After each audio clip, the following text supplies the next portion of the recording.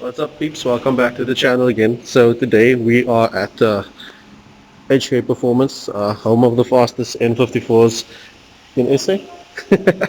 And yeah, so basically what we're busy with is that I had an issue with the 135, and what was happening was basically if I just drive around normally, there's no real issue. But if we go into boost and we take it over 3000 RPM and then decelerate, then it throws a check engine light.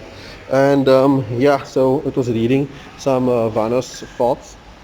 And so the first thing that we did was we checked the one-way valves to see if there's any debris on the one-way valves, and we found that both of them were clean.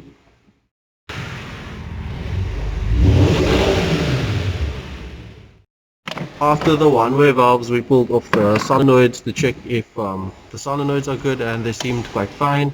Then we switched them around to see if the codes would switch around, but after taking the car for a drive, the codes were still reading the same, so that tells us that it's got to be probably the cam gear.